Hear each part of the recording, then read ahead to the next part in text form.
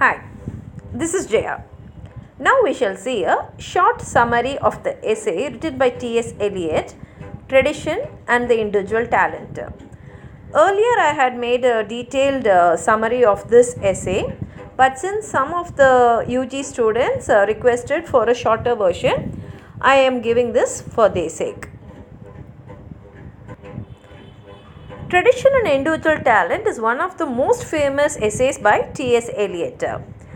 This essay he has divided in three parts. The first one, the concept of tradition. The second, the theory of impersonal poetry. And in the third, he has summed up what he has already said. In the first part, the concept of tradition, he says that we always praise a poet when he is individual and original. But if we are going to examine clearly and see, we will find out that that particular work is having the influence of the past. So according to Eliot, this is tradition. Tradition is nothing but something which is followed by us what was already there in the past. It was glorious in the past and it is even now it is continuing, means that only we call it as a tradition. But he says that if this is going to be, that is following the past, is just going to be like an imitation. That is, if they are just going to copy the past works, then that must be discouraged.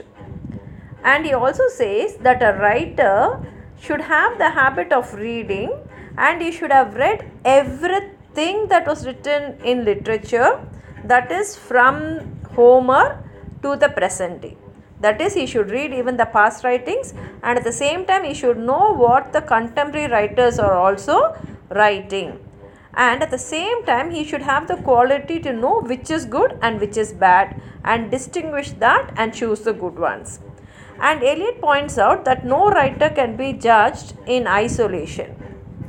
He says this because we always compare the work of a writer with the previous work which is already written in the past. Therefore, the past guides the present and the present modifies the past. And this was always done by great writers, and he gives examples of Virgil, Dante and Shakespeare here. Now we will go to the second part of the essay, the theory of impersonal poetry. Eliot defines what is depersonalization here. He uses a science experiment and he says that a poet's mind must be like a catalyst and the poetic creation must be like the chemical reaction. For this he says that if there is a jar containing oxygen and sulfur dioxide, these two gases will combine to form sulfurous acid when a platinum is introduced in the jar. But the platinum will not undergo any change. At the same time, this sulfurous acid also will not have any of the qualities of the platinum. In the same way, the mind of the poet should be like the catalyst, and the poetic creation should not have any trace of the poet's mind. And he says that when a poet becomes personal, he will be considered a bad poet because he becomes unconscious when he has to be conscious, and he becomes conscious where he must be unconscious. Then he gives the example of Ode to a Nightingale by Keats, and he says that there are a number of emotions which have nothing to do with a nightingale. And Eliot also rejects the Wordsworth's theory of poetry having its origin in emotions recollected in tranquility, because, quoting Eliot, poetry is not turning loose of emotion but an escape from emotion. It is not the expression of personality but an escape from personality.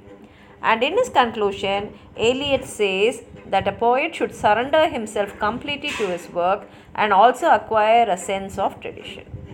I hope this will be useful to you. Please like the video, share it with your friends, and if you have not subscribed my channel, please subscribe. Thank you.